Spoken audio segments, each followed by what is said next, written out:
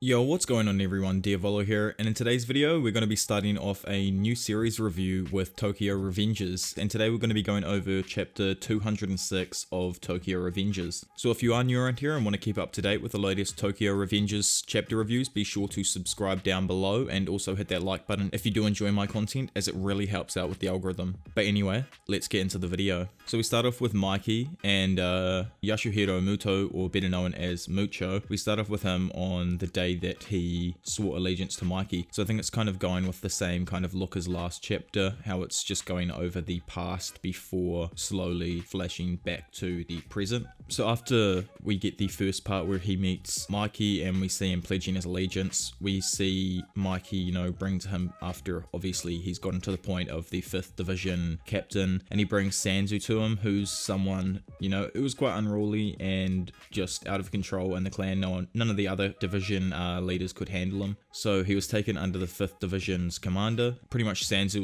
was nothing more than a brat and no one could handle him. The guy couldn't keep himself out of trouble. Between Mucho and Sanzu, they both ended up figuring out that they were quite alike. It went in to explain all the times that the 5th Division has had special missions where they were charged with looking for moles inside of Toman. So like obviously the first one with Baji, and then the latter Takemichi, which is where we first meet Sanzu. You don't realize who he is until he's taken off his face mask. So like him without the face mask in the future of what we saw with Mikey jumping off the top of the building, etc., and him holding the gun to Takemichi's head, and I think it was 204. Like him there, I didn't realize who he was obviously, but this kind of chapter I think is giving clarity to that. At the end of the, flashback or whatever, you've got them playing a game of shogi, and he's just explaining, we was asking him, why he got beat up, and they heard him making fun of Toman, and he never finishes his sentence, so I'm not sure what he meant by that, because he's in Toman, so why is he making fun of them? I'm quite confused. I don't know what it meant by that exactly. Continuing down, he gives him the mask here, so that's the point that I was getting at just before. It's just showing us really who he is, so it's not a random character, because that's what I initially was thinking, was he was quite random. Sanzu was more loyal than I thought he'd be. He was stronger and braver than most guys, so this is obviously Macho's point of view on what he thought of Sanzo. And after 6 months of being inside the 5th Division, he was already Cho's right hand man, which is just going to show his loyalty that he had towards him, and how much they bonded together. I guess they pretty much confide in each other. I'm an only child, but I would have loved to have a big bro like you, which I think is quite nice. And Macho's like, you're already kind of my little bro, referring to how he's the one underneath him, the vice president of Division 5. So this is where I think things start to turn. Even when they kidnapped Inoue and Coco, when we took out Takemichi, that he realized that he was betraying Toman. And you see the 3 dots there and the kind of posed look on his face. Both of them have it, but I think he's more contemplating with himself what he thinks by this. You see Macho saying this could have been different if I'd met Mikey sooner, which just goes from that parallel from the start of the chapter. Says he feels like he belonged in Toman, but then again you've got this parallel to him leaving Toman now, saying that if he had only met Mikey sooner. So I'm not really too sure. He's quite conflicted. Obviously they are young, so he says to Sanzu, the path that you choose is up to you. This is before he goes into juvenile detention or whatever for someone his age. I can't remember why, but he was one of the 5 that got arrested in the incident that happened.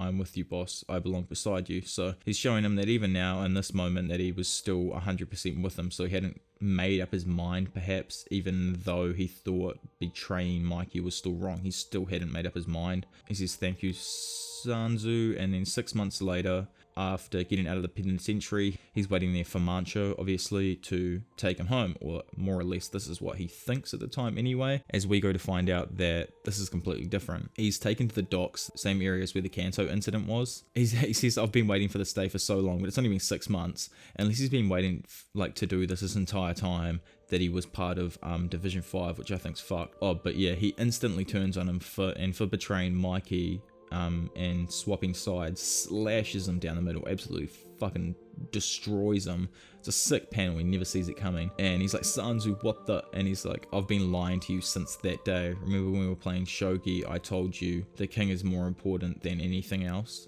Checkmate. Okay, yeah, so I think what he's saying by that, I think he's referring to how he thinks Mikey is more important than anything else, and that's why he's still with Mikey to this day, like in the future is what I'm meaning by to this day. As we could see with when Mikey jumped off the top of the building, he was the one on the ground. He's quite a cool character. He's quite mysterious, so I'm wondering what he's going to bring to the series. Especially, I think he might be one of the main antagonists of this part of the manga, is what I'm guessing he's going to be leading up to being. Just because he seems pretty brutal and then maybe quite calculated and smart at the same time, unlike Kasaki, who was brutal, but he wouldn't do it necessarily himself like this. Like, he'd use a gun, which is quite cowardice.